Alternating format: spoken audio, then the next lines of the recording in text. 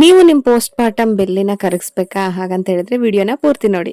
ನಾನೀಗ breast feeding ಮಾಡ್ತಾ ಇರೋದ್ರಿಂದ ಬೆಳಿಗ್ಗೆ ಮುಂಚೆ ಬೇಗನೆ ಹಸುವಾಗ್ಬಿಡುತ್ತೆ. ಅದಕ್ಕೆ ಇವತ್ತು ಮಿಲೆಟ್ಸ್ ಮಾಡ್ಕೊಳ್ಳೋಣ ಅಂತ ಹೇಳಿ ಫಸ್ಟ್ ಮಿಲೆಟ್ಸ್ನ ರೆಡಿ ಮಾಡ್ಕೊತಾ ಇದ್ದೀನಿ.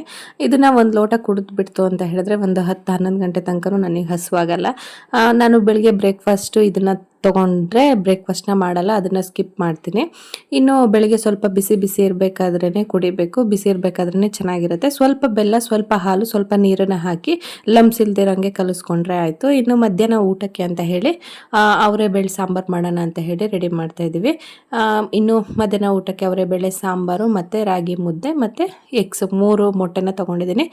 ನೀವು ಬ್ರೆಸ್ಟ್ ಫೀಡಿಂಗ್ ಮಾಡಬೇಕಾದ್ರೆ ನಿಮ್ಮ ಬಾಣಂತನದಲ್ಲಿ ಮತ್ತು ಪ್ರೆಗ್ನೆನ್ಸಿಲಿ ಆದಷ್ಟು ಮೊಟ್ಟೆ ತಿನ್ನೋದು ಒಳ್ಳೆಯದು. ಆಮೇಲೆ ಒಂದು ಡ್ರೈ ಫ್ರೂಟ್ ಲಡ್ಡುನ ತಿಂದ್ಬಿಟ್ಟು ಇವತ್ತು ನಾನು ಮೀಶೋಯಿಂದ ಒಂದು ಒಳ್ಳೆ ಪ್ರಾಡಕ್ಟ್ನ ತರಿಸಿದ್ದೀನಿ. ಇದು ನಿಮ್ಗೆಲ್ಲರಿಗೂ ಹೆಲ್ಪ್ ಆಗುತ್ತೆ ಅಂತ ಅನ್ಕೊಂಡಿದ್ದೀನಿ.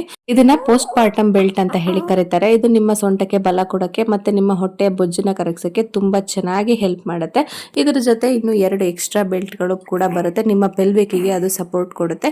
ನೋಡಿ ಎಷ್ಟು ನೀಟಾಗಿ ಕೂರ್ತಾ ಇದೆ ಅಂತ ಹೇಳಿ. ಎಷ್ಟು ಟೈಟ್ ಬೇಕಾದರೂ ಮಾಡಿ ಹಾಕೊಬೋದು. ಕ್ವಾಲಿಟಿ ಅಂತೂ ತುಂಬ ಚೆನ್ನಾಗಿದೆ. ಒಂದು ಅಫೋರ್ಡಬಲ್ ಪ್ರೈಸಲ್ಲಿ ಇದು ನಿಮಗೆ ಸಿಗ್ತಾ ಇದೆ. ಇದನ್ನ ಏನಾದರೂ ನೀವು ತಗೋಬೇಕು ಅಂತ ಹೇಳಿದ್ರೆ ಲಿಂಕ್ ಅಂತ ಕಮೆಂಟ್ ಮಾಡಿ, ನಾನು ನಿಮಗೆ ಲಿಂಕ್ನ ಶೇರ್ ಮಾಡ್ತೀನಿ. ನಾವು ಸೀರೆ ಎಲ್ಲ ಸುತ್ತೋಕ್ಕಿಂತ ಇದು ನಮಗೆ ಬೆಸ್ಟ್ ಕಂಫರ್ಟಬಲ್ ಆಗಿರುತ್ತೆ.